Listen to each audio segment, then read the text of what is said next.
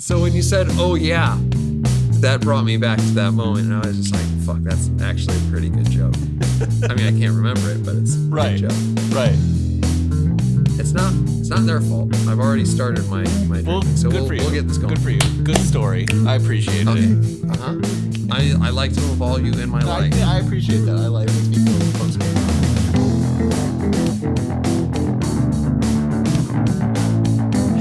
Hello everyone, and welcome back to the Wednesday Night Gentlemen Multimedia Empire official podcast. This is episode number 34.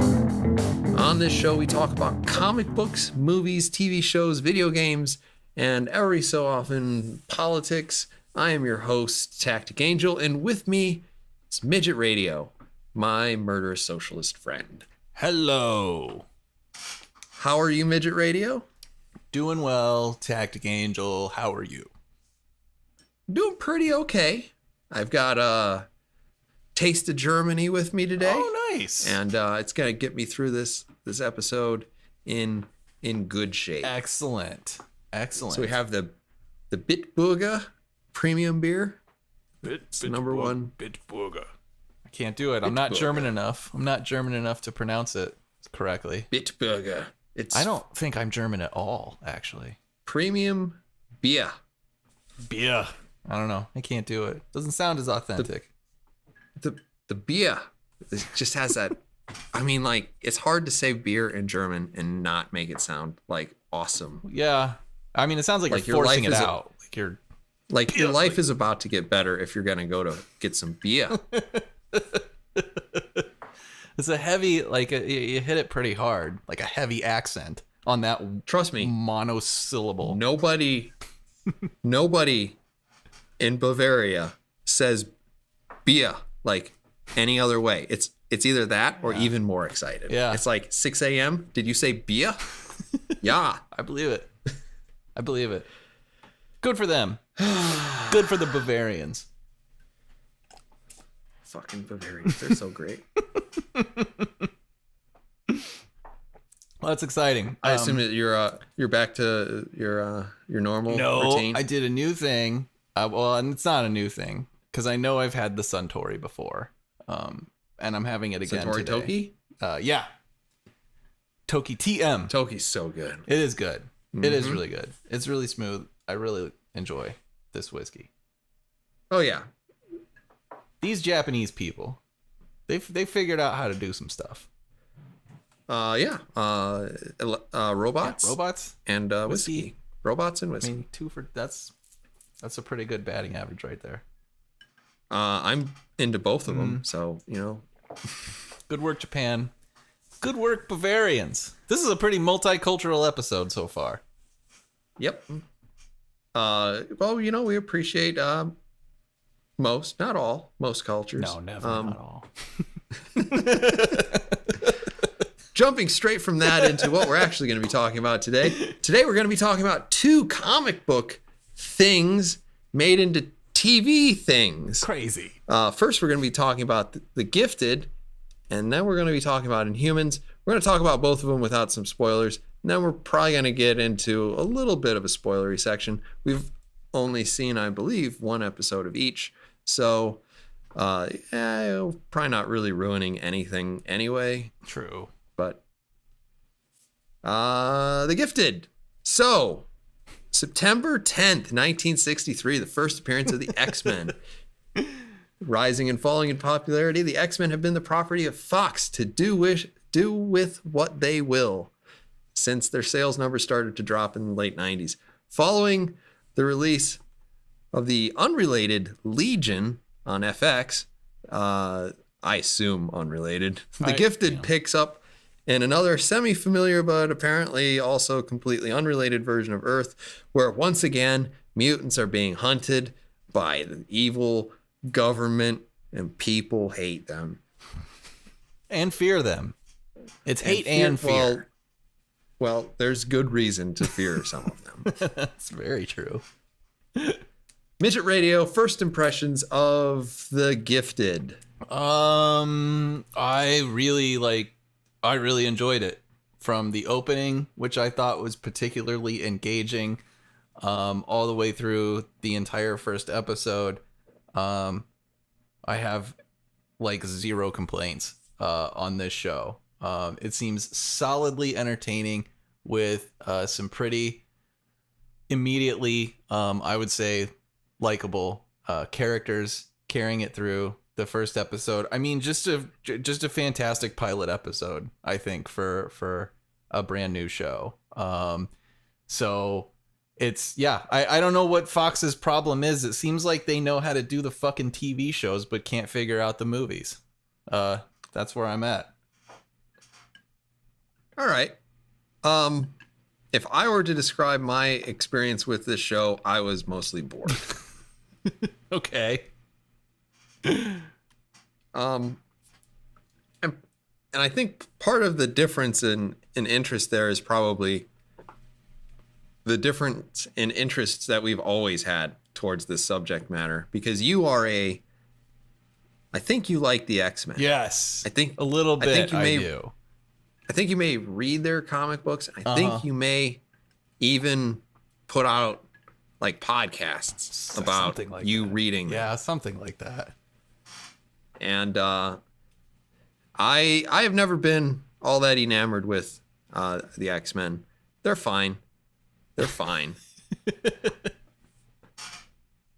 But to me, this seemed sort of plotting, and I didn't latch on to any of the characters. Like they're not exactly A-list characters.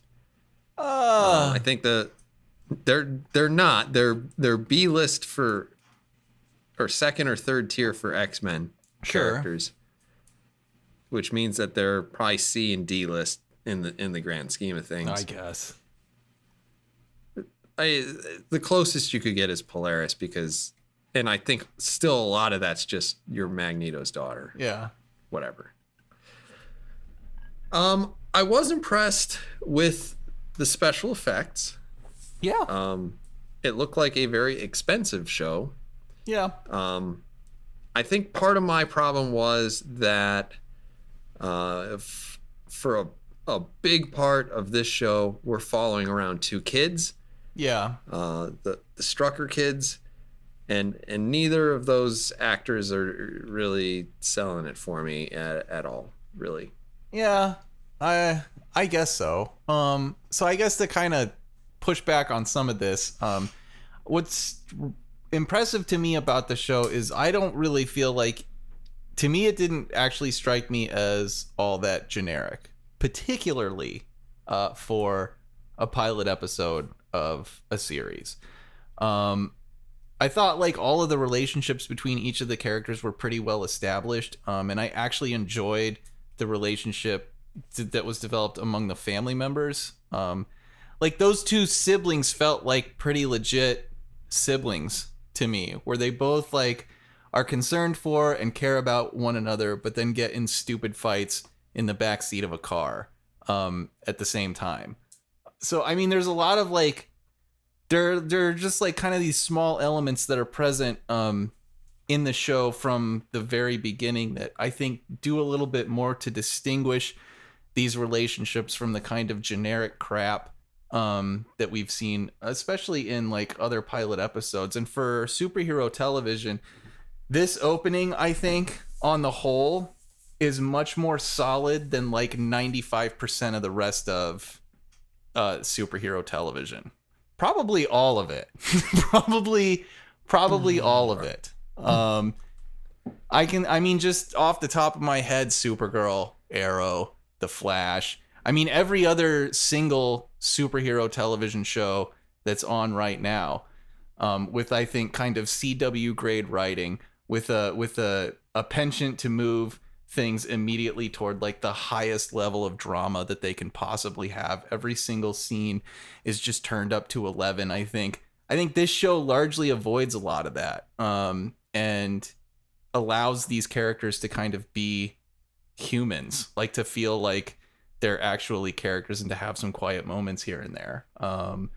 So I dig it. I dig it like all the way through. I like the plot overall. I like that it's not. I mean, you describe it as mutants being chased down by big bad government. I don't really think that's what's going on in this first episode. I mean, the government has a vested interest in tracking and controlling mutants. The reasoning for that is essentially pretty sound. And they're not like colossal assholes about it. And I think that's part of the intelligence of casting somebody like Kobe Bell. Kobe Bell's partner is solidly an asshole. Yeah, he's solidly an asshole, but he's not necessarily representative of this entire of the government's interest. And of course you're gonna have characters like that, but to sort of mitigate that, with I think the presence of Kobe Bell and his approach to this situation, like it's pretty fair, it's pretty reasonable, it's pretty on the level. So I don't know, the show doesn't seem to think that its audience is really stupid. Like I think a lot of other I mean, Jesus Christ, think of shows like Gotham. Like it's so much better, I think, and so much more kind of on the level with its audience than I think a lot of the rest of television. It's better than I was expecting it to be. I'm not saying that like it's the most brilliant thing ever made, but I mean it's definitely a much more solid outing than I was expecting, and I think much more solid than a lot of the rest of this kind of television. I think I might have gotten my hopes up after watching Legion and them doing. Whether or not you think it's good, I think it's pretty safe to say that show is impressively executed, and Legion, yeah. It certainly set the bar higher. So I might have gone into this with more or higher expectations. Probably one of the problems is that like by the time you get to our advanced age, it's just like, do I need another angsty teenage drama? Like, even a little bit of, oh, you're going to a dance? Well, fucking, I want to die. That's it. You just go straight there. Okay, fine, whatever. Actually, that scene wasn't that bad. I can't point to anything in this that was really, like, terrible.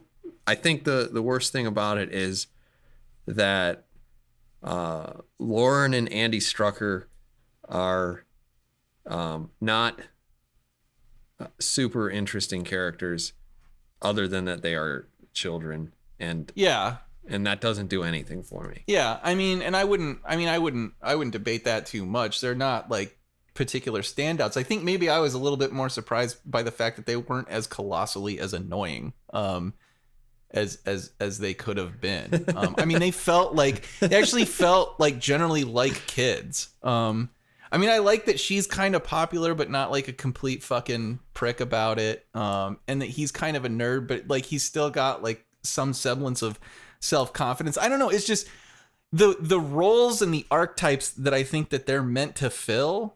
Lesser shows would lean into those archetypes pretty fucking hard, and I don't think this show really does that, which I mean I just really appreciate. But I mean beyond that, like beyond just them, I love the Mutant Underground. I actually really like Eclipse, which is surprising since he is a totally fucking brand new made up character.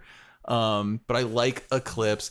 I like that he glows, and I guess inside parts of him glow, which is weird. I think that I think Eclipse is actually I think there is an eclipse.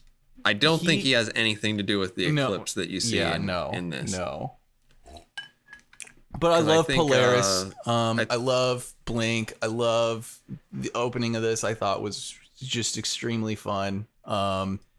And yeah, I hope, I want there to be more Mutant Underground scenes. That's immediately more compelling. And I don't know, I think the world's kind of interesting that they have this weird sort of like network set up. It just seems like, I don't know, it just seems like the writing is they've put a lot of thought into the show, and there's a backstory there, and it seems like it's gonna be pretty interesting and definitely worth exploring.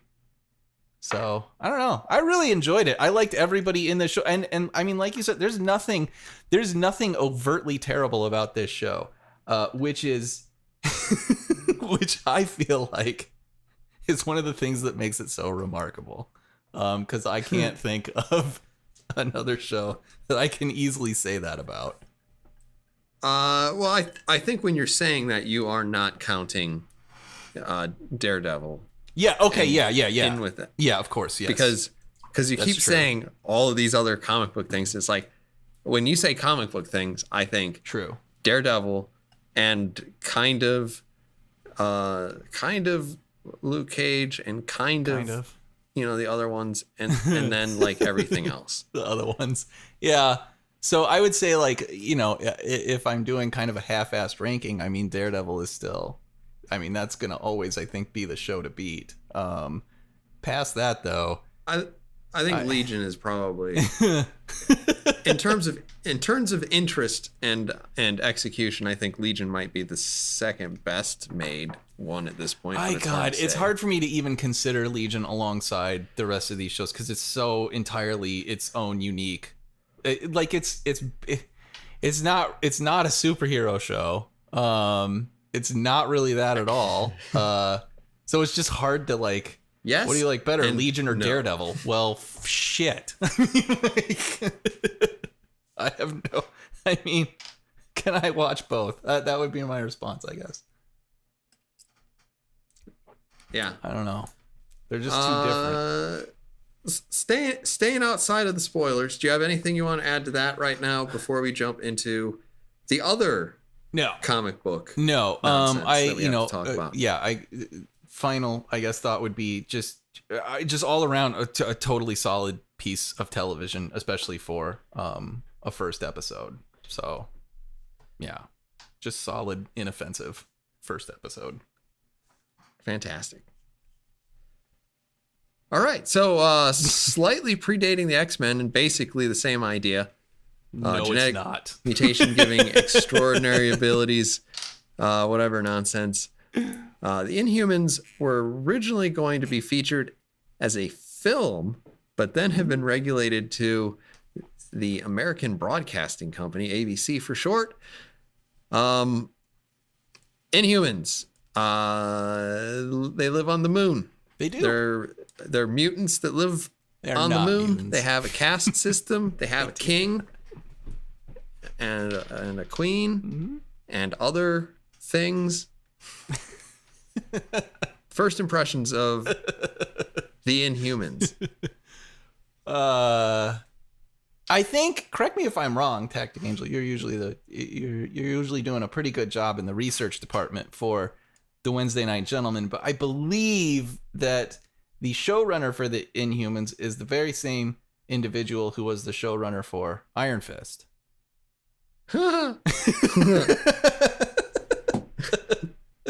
I think that's true, and I will say that it shows. It just shows. So I'm getting a strong vibe that you did not really like this. It's almost not that I don't know that anybody who made the show liked it or like cared about what they were doing. It feels just kind of those first two episodes, the pilot episode, just they feel kind of slapped together. There's some stuff that I like. I kind of like sort of the odd and even somewhat minimalist design of Adelon. I don't really enjoy any of the characters though, and I think that, I mean, and I guess I'm somewhat primed to already be willing to accept this, but like the Inhumans before the big push for Marvel to kind of put them everywhere, just everywhere, and to balloon the size of that population, the Inhumans themselves, the royal family in particular, were interesting, and the culture surrounding the Inhumans and the culture of Adelon in the comics was interesting. because it was kind of weird and alien, and there was stuff about it that, like the alpha primitives, I think is what they were called. I mean, there was stuff about it that was like pretty questionable, but just served to kind of make the family and the culture more interesting. And since then, they've been kind of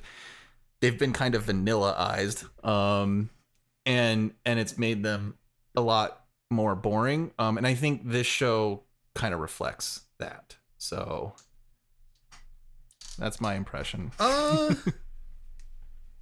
Okay. I can say now as I say this, understand that I know that this is on ABC. Okay. And that I remember watching Agents of S.H.I.E.L.D. Yeah. And if we were to go back and look at episode 1 of Agents of S.H.I.E.L.D., Yeah. I would tell you that episode 1 of Agents of S.H.I.E.L.D. was a very competent pilot. Mm-hmm. I was reasonably entertained by this show. And I see some faults in it because, like, you got your main guy is Black Bolt. Yeah. Like, he is gonna have a real tough time delivering an amazing performance. Sure. Because this is not a spoiler. This is just who he is. Right. If Black Bolt talks, people die. Yes. He says words, and his words destroy people. Yeah. Also, I was impressed with the both of these shows had a lot of impressive effects going on. Yeah, I agree. Yeah. So when you see the one time that Black Bolt used his voice, it was neat. I don't know that this is going to last. I actually expect that the Inhumans is going to become a garbage show relatively quickly. I would imagine within 6 or 8 episodes. Yeah. But actually, I like the pilot. Okay. That's it. Okay. That's what I gotta say. Tactic Angel liked the pilot. Liked the pilot for the Inhumans, was bored by the Gifted. All right. Hey, it doesn't mean that I'm going to be bored forever with the Gifted. And as I have already pointed out, this show, The Inhumans, is on ABC. Yeah. The same network that brought us Agents of S.H.I.E.L.D. Yeah. and Agent Carter. Yeah. I mean, well, Agent Carter could have had like the subtitle "Better Than Birds of Prey," and it would have been 100% that true. would have been an accurate assessment. If they went too much further beyond that, it would be kind of hard to say definitively what it was better than. Yeah, which is unfortunate. Yeah, Atwell, I do. Well, like they her, went but they went a little too. That show actually, if you want to talk about a show that talked to its audience like they're a bunch of mouth breathing, vapid, drooling idiots. That show, God, she could have just walked around and she could have just said, girl power, girl power, girl power. Yeah. Girl power. Girl power, girl power. Girls. That was the point, I think, of all of the episodes of that show. And the guys could have said misogyny, nice tits, whatever, toots, etc. Probably actually might have been more watchable, could have been funny, for at least like one show. True. We'll have to that'll be a little project. We'll dub over something and it'll just I like it. It probably will be more watchable that way. Probably. I don't have any real. I'm familiar with who the Inhumans are in the vague sense that I understand that they exist and that I can name a few of the Inhumans. Yeah. So I guess they're a step above the Great Lakes Avengers. So yeah. But and then I also got to watch a Thor preview while I was watching it. It's like that was fun. Yeah, that looks I do want to see that. But yeah, I don't have a whole lot more to say about the Inhumans other than that I feel like nobody like wanted to make the show. That was my impression based on a lot of the decisions that were made and the sort of what felt to me honestly like just kind of the haphazardness of the plotting of that episode. I don't think there was any real solid vision for it. It just seems like they were like, well, we've got a deadline. we gotta bang this fucking show out. I think they were trying to get the Terrigen stuff out there and a little bit of the caste system and yes. And so you were kind of punched in the face a little bit with some of that, which is kind of the markings of a fairly badly written show. I liked that first scene kind of when you first see the Terrigenesis and you see kind of this sort of ceremonial nature of it. But the show is so preoccupied with kind of hitting you in the face with what's going on by means of like Karnak's sort of objections or criticisms of it that you can't just kind of sit back and kind of enjoy just the weirdness and the sort of like religious approach to this stuff. It's just bad. Like it's just badly written. It's just it is just written as simplistically as it possibly can be. Well, I actually like Karnak. Oh my God, we need to get to spoilers. All right. We're going to do 2 sets of stars. Here we go. Okay. It's going to be stars everywhere. Okay. Midget Radio. Gifted. 4 stars. 4 stars. I'm excited 4 for stars. it. Yeah, I'm excited. Okay. Where do you fall in terms of Inhumans then? 2 stars. 2 stars for the Inhumans. 2 stars. 2 stars. Oh man, that's rough. That's rough. Well, I'm basically gonna flip those, but I'm not quite so positive on the Inhumans. I'm at like 2 right now. I'm trying not to give it a 2.5. Okay. Because honestly, I watched it a second time because I was like, surely it was better than I thought it was. But The Gifted bored me twice, and I was whatever. It might get better. It might get fucking dumb in a hurry. I would give that one 2 stars. The Inhumans for now, 3 stars. Okay. Okay. Also expect that will crater hard. Yeah. Crater hard. Yeah. All right. So do you want to yell at me immediately, or do you want me to ask you some questions? I guess we can start with questions. Okay. Did you notice the several similarities? And I'm pretty sure these must have been accidental similarities between the 2 shows. Both of them have a teleporter. Yes. And both of them have a dog. Yeah, okay. That's true. And I just thought that was strange. Yeah. Yeah. Did you like the dog better in Gifted or in Inhumans? I liked the dog in The Gifted better. Because I think they're kind of doing a disservice a little bit to Lockjaw in the Inhumans. Because Lockjaw is an Inhuman. So, like, he went into the Terrigen booth and came out a fucking dog. So But he's just, he's just a cute fuzzy animal in the Inhumans. So you appreciated Blink more than Lockjaw? Blink is way better.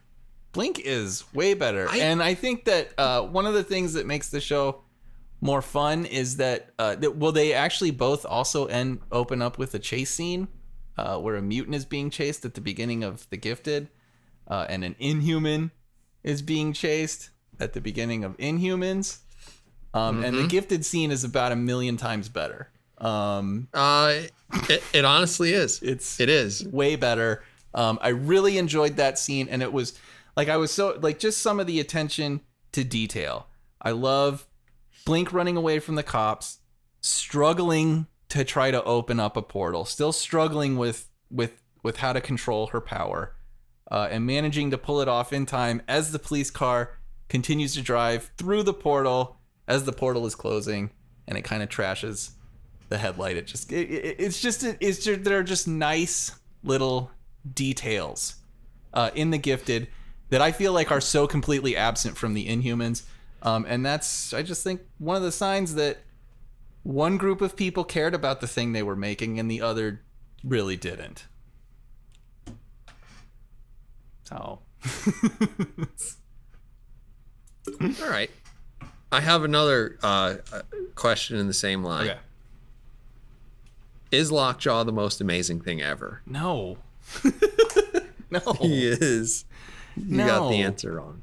No, he's not. He's so cute. You want a plush toy people. Like Baby Groot, right? Like Baby Groot. Like maybe we can sell a dozen fucking plush figures to the goddamn masses who will be just swooning over the adorableness. Maybe there should be a Baby Groot and Lockjaw comic book, Tactic Angel. What if that existed? And then like an animated series on top of that, and they can just be adorable together.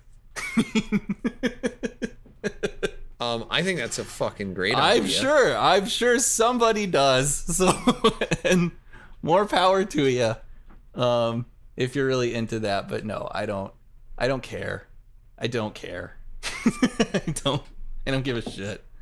Lockjaw's adorable. That's what he's there to do. The same thing that Baby Groot is. Maybe Lockjaw and Baby Groot dance party. So he already has a Pops. So you have that option. It looks like you can also buy a Funko plush Marvel the Inhumans Lockjaw. Also Great. Looks adorable. Only $15. I mean, wow, clearly. That's a good price. That's a good price. Not gonna argue with that. No, I don't give a shit. You really like Lockjaw? Good for you. That's awesome. I honestly saw the opening, and then there was the dog at the end. And you're just like, what the fuck is this? Yeah. And then, of course, you see Lockjaw for the first time, and I'm like, oh my God. Yes. Great. That said, Lockjaw is another character that isn't going to have a lot of lines, so he's probably not going to carry the show. I would agree if you wanted to suggest that Lockjaw is the best character in the Inhumans. I like him the most. He might. I thought Medusa did fine. Yeah, she did fine. Yeah. She's fine. She's fine. That's true. That is true. She is fine. Yeah. I thought the premise of the Inhumans was a little absurd. That's the thing that's actually the well, what do you mean? I guess what do you mean by premise specifically? So Maximus, his ability is that he's a human. Yeah. So we understand his skill set pretty well. Yeah. And then he manages to secretly get all of the royal guard to follow him. Yes. In a coup. Yes. In a coup because that he just kind of randomly, this like the start date of the coup of the coup is, well, I guess now I guess I feel like doing that now. And then he shows up and he's like, you should have always known, brother. What, are you gonna kill me? Yeah. Like you killed our parents? and then he was like, fuck yeah. And then like there's this look on his face like, oh shit, I did not expect that. And I was like so ready for that. And then it would have been the shortest episode. Yeah. Or shortest It's so TV show ever. Right? so stupid. And they continue to live Yeah. on the moon. Yeah. In Moonbase 1 forever. Moonbase 1. Who cares? Yeah. That would have been fine. That would have been a better I don't episode. care what it's called. Maybe. But yeah. See, it's like it's exactly that. Like it's exactly that kind of just there's so much just lazy writing. I don't know how Maximus got anybody on his side, and I don't know why anyone decided to join him in this coup. I don't know why if the royal family consists of some of the most dangerous Inhumans on the moon, why you would start it just at a completely random time. Like, why wouldn't you start with let's capture the royal family first? They should be our first target, and then the coup will be a success. But that's not what he does. So is Medusa's skill set all hair? Yeah, is that it? It's all hair with an apparent weakness to hair clippers. Yeah, that kryptonite right there. Yeah, because it's, that's... It seems to me that she would not be the most dangerous Inhuman. No. She would not be on No, I the think top it's probably 50. like her relationship, to Black Bolt that probably makes her the most dangerous. Well, Black Bolt seems to have a pretty useful skill set. Oh yeah. I mean, he's pretty powerful. Boom. I thought it was weird that Lockjaw, like she's like Crystal's like, hey man, Lockjaw, can you teleport these people to where Gorgon is? And Lockjaw's like, no, no, I'm gonna just, I guess, teleport them to completely random ass spots in Hawaii because I don't know why. I don't know. Yes, I can teleport you to the spot where we lost that first Inhuman, but no, I can't. No, I can't teleport anybody. I know why they teleported there. Is it to give them something to do?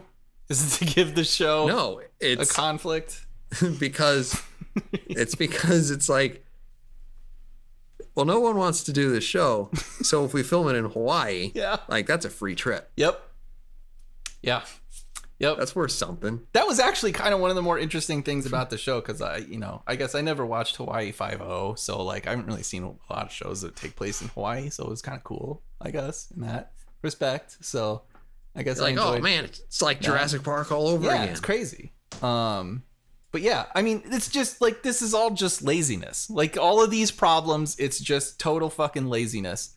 And so the scientist girl who's like researching the phenomenon on the moon, and she has a boss. That didn't go anywhere. Yeah, well, she could like, it's just lazy. Like she has a boss, and the boss's function is to just be a dick. Like just to be like, you're stupid. Do. Yeah, you're a stupid woman. And she's like, that's whatever, how people man. relate to their boss. Yeah, that's how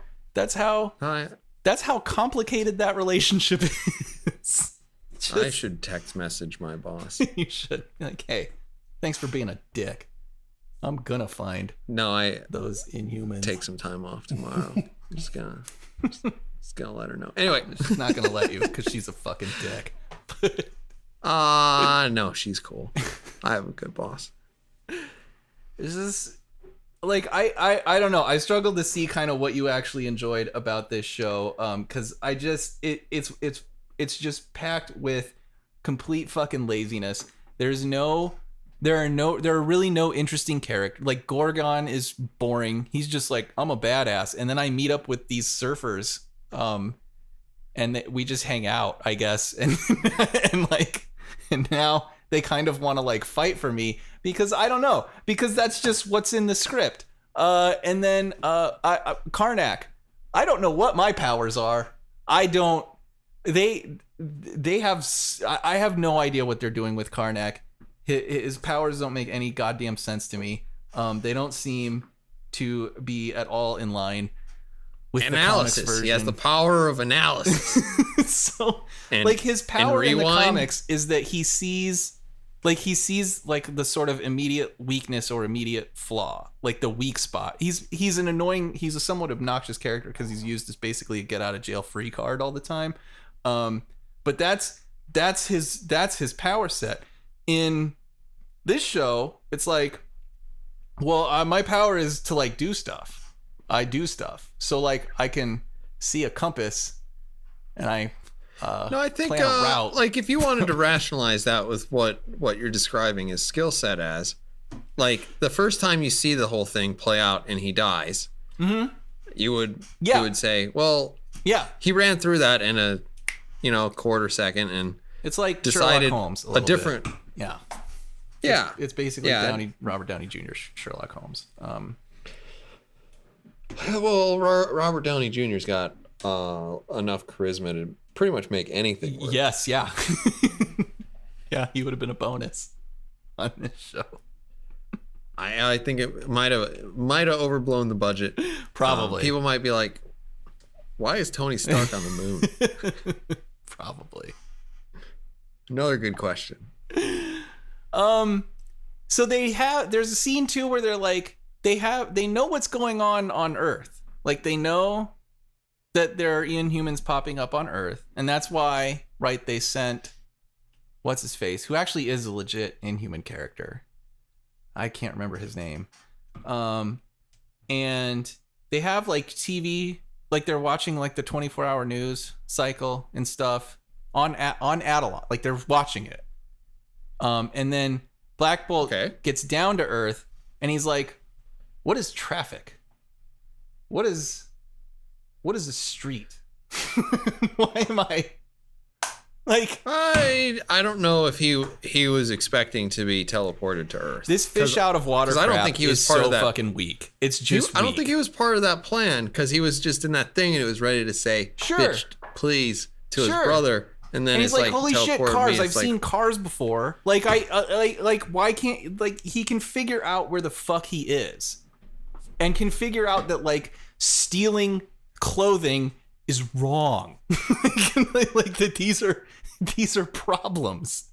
It's just the fish out of water thing is so it's so lazy. It's the easiest thing to go to get laughs and to create some awkward moments that are somewhat humorous in nature, but it's totally inconsistent and doesn't make sense with the fact that like they're on the moon and they appear to be monitoring Earth and have access to Earth television and all of that. I mean, they should be, and it's the fucking royal family. I mean, they should be pretty well familiar with what's going on Earth, especially since they know that Inhumans are showing up on Earth and that's something that Black Bolt's concerned about and wants to actually do something about. But because nobody cared about making this show, it didn't matter whether any of that was done consistently or not. They just, I think they had a fucking deadline and they threw this thing together and they went for some of the easiest jokes and some of the easiest tropes that they could stick into this show. Hope that it worked out. Like Iron Fist. Why is there a drunken boxer? Because of that movie. Remember that movie? That was a good movie. I remember that. That's why it's in the movie or in the TV show. It made me go back and watch Angel. Legend of Drunken Master. It is better than Iron Fist. I don't get it, Tactic Angel. I don't understand. What? I don't understand. Beyond Lockjaw, which I still think is a little ridiculous. Okay. I think to give you an idea of the things that I legitimately liked about The Gifted was, yes, arguably Blink is in it, but like right now she sucks. She's awesome. And I love her right now. It's and then Eclipse's cell phone rings and it's the It's the Oh, yeah. animated series ringtone. Yeah. And that was literally the one point where I was like, ooh. That was adorable. Yeah. So you're telling me And I was that like, as you were yes! watching these shows, you responded strongly to the X-Men animated series theme song and a giant puppy dog. Yeah, and the puppy dog was in Inhumans more than the theme song. So That's true. That's true. one can't star argue with goes to Inhumans That's because of the dog. basis. Lockjaw could Compelling. well be the difference between these two. Compelling stuff. Because like 2 seconds of that ringtone, Yeah. not enough. Yeah, it was very quick. Very quick. Which I actually kind of And it was just a little- like it you was really just have a to little yeah, wink. you really have to catch it. Like I kind of appreciated that element of that decision to stick that in. I mean, like, and I like that Kobe Bell is theoretically employed. We all love Jesse from Burn Notice. Yep. It's fine. Yep. It's Yep. whatever. I mean, like, there's the Strucker kids I didn't really like. The Struckers being American is kind of weird because Okay. Strucker's a Nazi. And you're like, Oh well, yeah. what? I don't really understand the decision to so I guess use we're that Nazis? name. I don't know. know. And then it was like weird. I always think this is weird. The United States always has the worst anti-mutant laws. You go to Canada, they're like, we don't fucking care, except for that Weapon X thing. Yeah. Everybody seems to forget about that. Yeah. Mexico is the land of milk and honey. Well, Mexico Where- doesn't really have a government, so don't piss off the Okay. cartel and you'll be fine. So there you go. I always get like this weird vibe from people who write X-Men. It's like, Mexico is the land of beautiful, hardworking people who are fair-minded, and they'll do anything for a mutant. It's gonna be Oh great. God, You're I like, don't know. This sounds like a Tactic Angel thing and not like a regular s- person thing. It doesn't. I think like, well, it's always like, and you can write it off like Mexico doesn't have much of a government by Yeah. comparison, but Yeah. but certainly, you could point to any number of less developed countries that have pretty crazy repressive laws, particularly along genetic lines. Yeah. Yes, you can do that. Actually, Mexico has a pretty aggressive anti-immigration policy itself, Yeah. which does not I'm not sure allow how for great- the significant change of I don't know what their right. level of enforcement is enforcement is, but I know that their Immediate law is practical concern. that they will not allow the ethnic composition of Mexico to change significantly. So it's always a little weird. And part of the thing is, particularly with X-Men, and like, I have, how many X-Men movies are there now? Like 7? There's probably now more we than have- that. Yeah. 8, 9, whatever. Yeah. There's several. Yeah. Yeah, there probably is 8 or 9 if you count all the Wolverine things Yeah. and whatever. And now we have Legion, and now we have Gifted. Yeah. And maybe other than the first 3 movies, they all exist in what I can safely say is their own independent continuity that doesn't give a fuck about anything else. And it's a little tiring, and it takes a second to try to like reset my compass, and it's like, what is happening?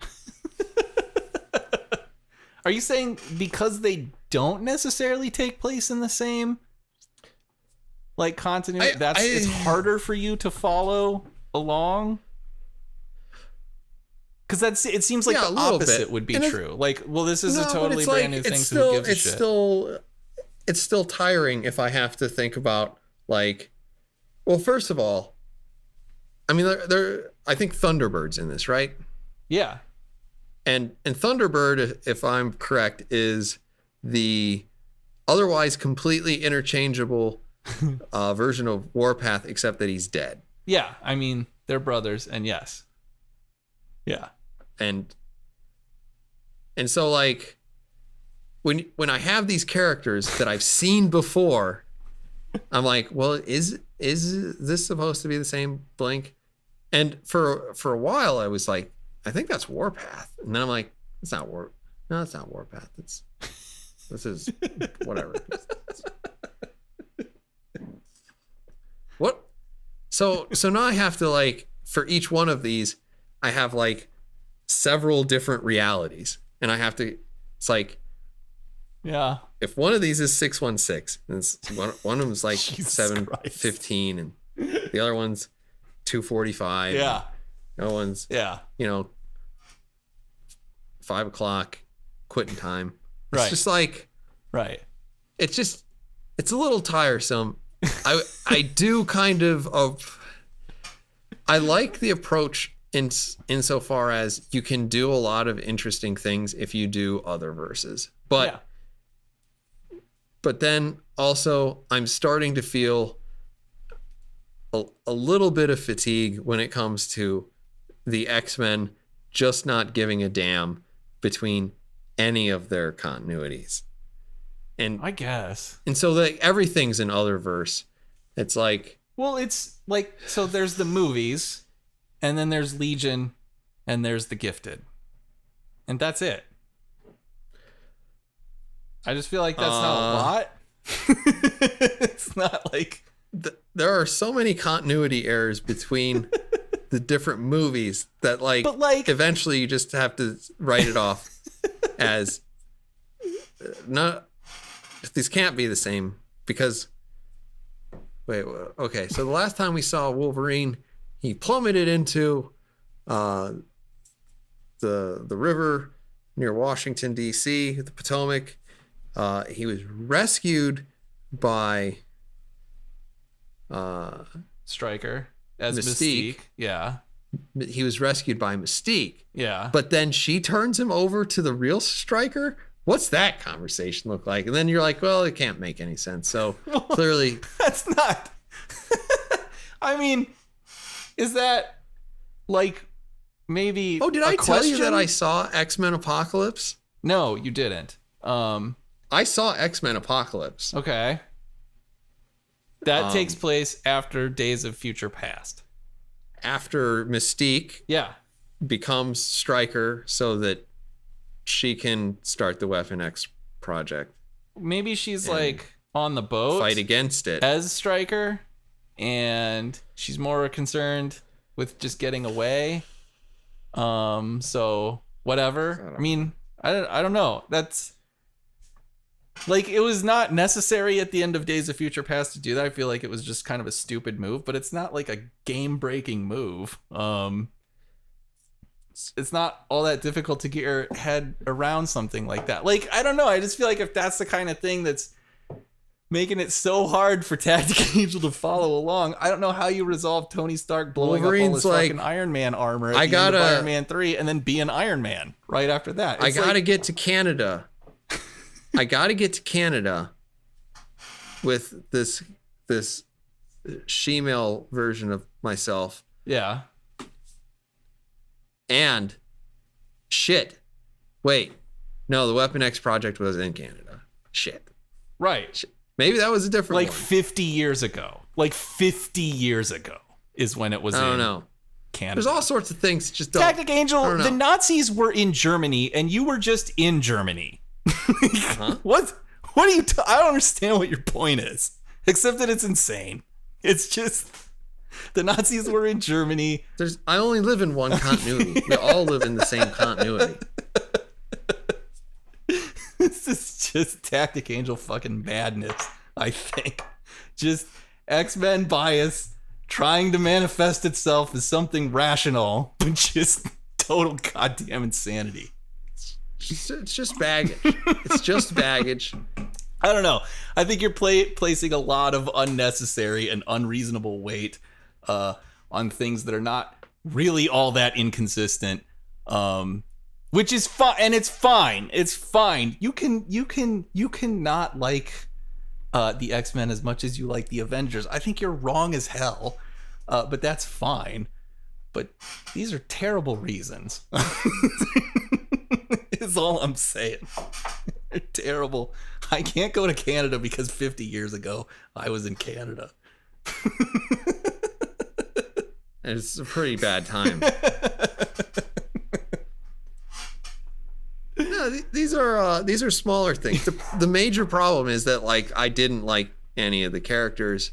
Yeah, really. That's fine. And I don't understand that. I don't understand that in comparison really to the was not Inhumans. interested at all in Lauren and Andy or that's fine. Or really any of the Struckers. That's fine. I don't understand that in comparison to the I don't know what the fuck you were watching in the Lockjaw. Inhumans. You were like, yeah, Lockjaw.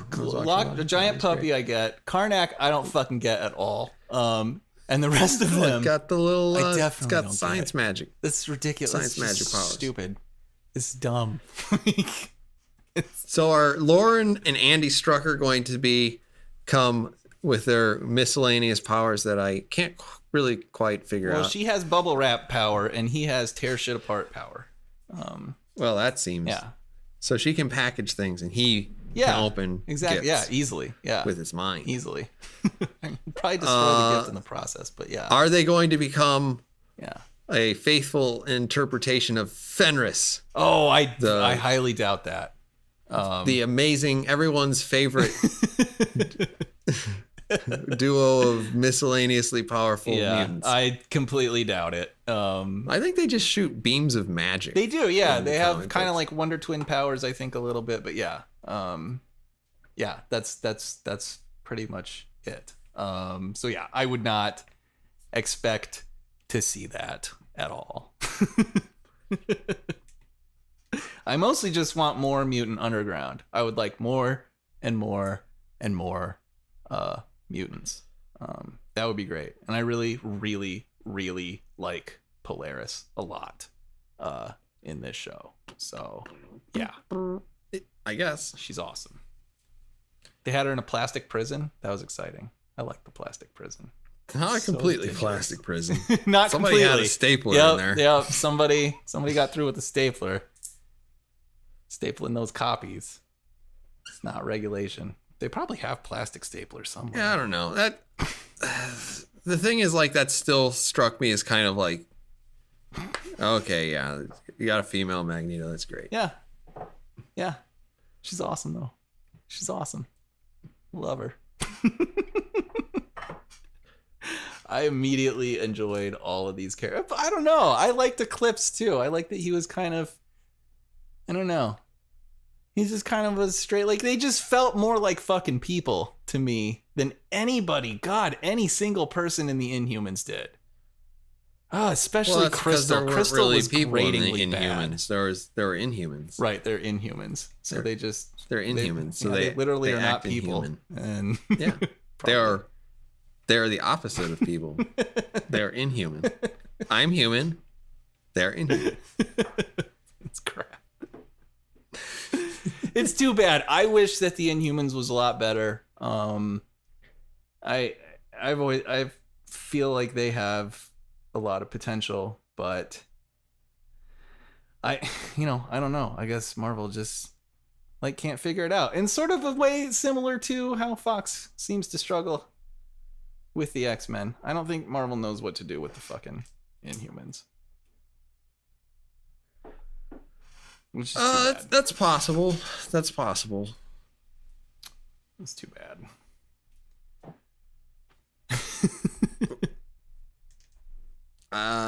Okay, I have only one other question. Okay. Do you think that the Inhumans deserves its current 8% on Rotten Tomatoes? Oh my goodness. So that means basically, if I understand Rotten Tomatoes correctly, that only 8% of the critics enjoyed, I guess, the Inhumans. Yeah, I guess. I don't really know how that works because I've read some of them and it's sometimes hard to tell. Yeah. Yeah, I think it's well, I don't know. I know that you put a lot of weight on it when it comes to the Orville, which I think it's like 21%. I think that's unreasonable. and I know that you think that it's usually right, especially with Do I? The Dark Knight Rises at 87%. Oh, and of course, I agree with that. Sometimes I forget what positions I have until Tactic Angel tells them to me. So. And of course, the apparently greatest movie that was ever produced, The Birth of a Nation, sits at 100% on Rotten Tomatoes. Wow, 100% of people. I have not seen that movie. Not the new one. That one was not the very old good. one, But the 1915 one, which was fucking racist. Well, the new one is a little bit too, but it sits at 100%. I looked at it and I was like, holy shit. I would just like not have that page. That's awesome. That's awesome. I don't think this deserves an 8%.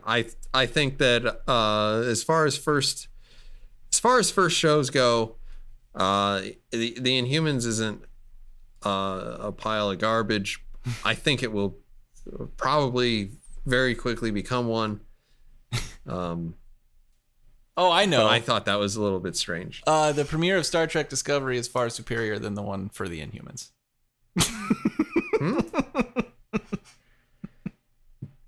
Far superior. I would much rather watch the Inhumans than...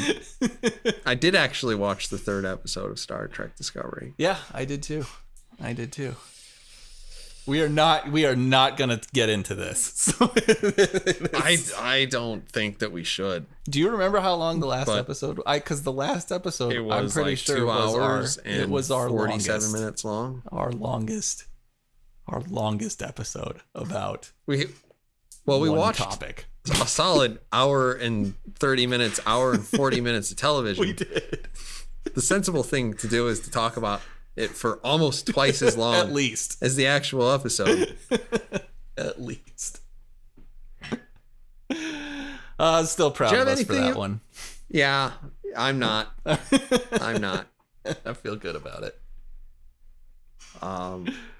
Do you have any additional thoughts you want to add for either the Inhumans or the Gifted? No, I don't. I guess I would ask maybe this one thing. I mean, I will always be convinced of your irrational, contrarian, and I think largely trollish attitude toward the X-Men. Of that, I am certain. but well, I will own the trollish thing because it's funny, but the rest of it is, I think, that you have an irrational love of some of this stuff. It's completely rational. It's totally rational. It's totally from the logic part of your brain. Yeah. It's the Vulcan training that led me to love the X-Men. Blow up the ship. Anyway, start a war. My actual legit question though was, what element do you think of your overall reaction to maybe both of these shows? Like, to what degree would you attribute some of that to maybe just comic book TV and superhero fatigue? I don't think it's fatigue, because like if it was fatigue, it would be like if I play a video game too much, I will be like, I will get to a point where I'll just say, I don't want to do this. Yeah. Okay.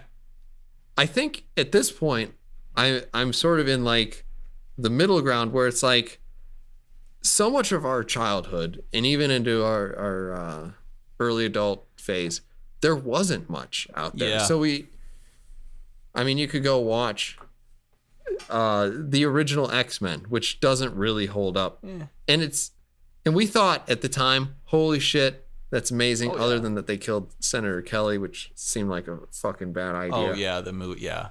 Yes. But like we watched it, it's like, fucking hell, man, that's awesome. They made an X-Men movie. Can you believe it? They made an X-Men movie. Yeah.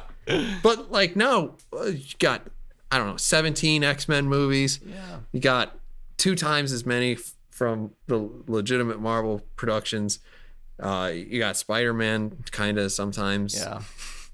And if you want to watch it on TV, you can watch Arrow. You can watch the Fast Fucker.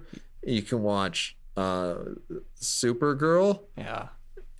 You can watch Agents of S.H.I.E.L.D. Yeah. You've got 4, soon to be 5, solo runs on Netflix. You have The Defenders. Yeah. You are not wanting for opportunities to see people in tights. No. So like, I feel like now is a time where it's actually really comfortable to be like objective and say, I don't have to watch The Gifted, because fuck, I could do anything else. Yeah. I could do anything else. There's going to be more stuff. There's going to be another X-Men movie probably next year. Yeah. There's going to be 3. Including Deadpool. Yeah. I mean, the only one that I can say that I probably would want to see is Deadpool. Yeah. But I probably will see all of them. Yeah. Well, now it's your job.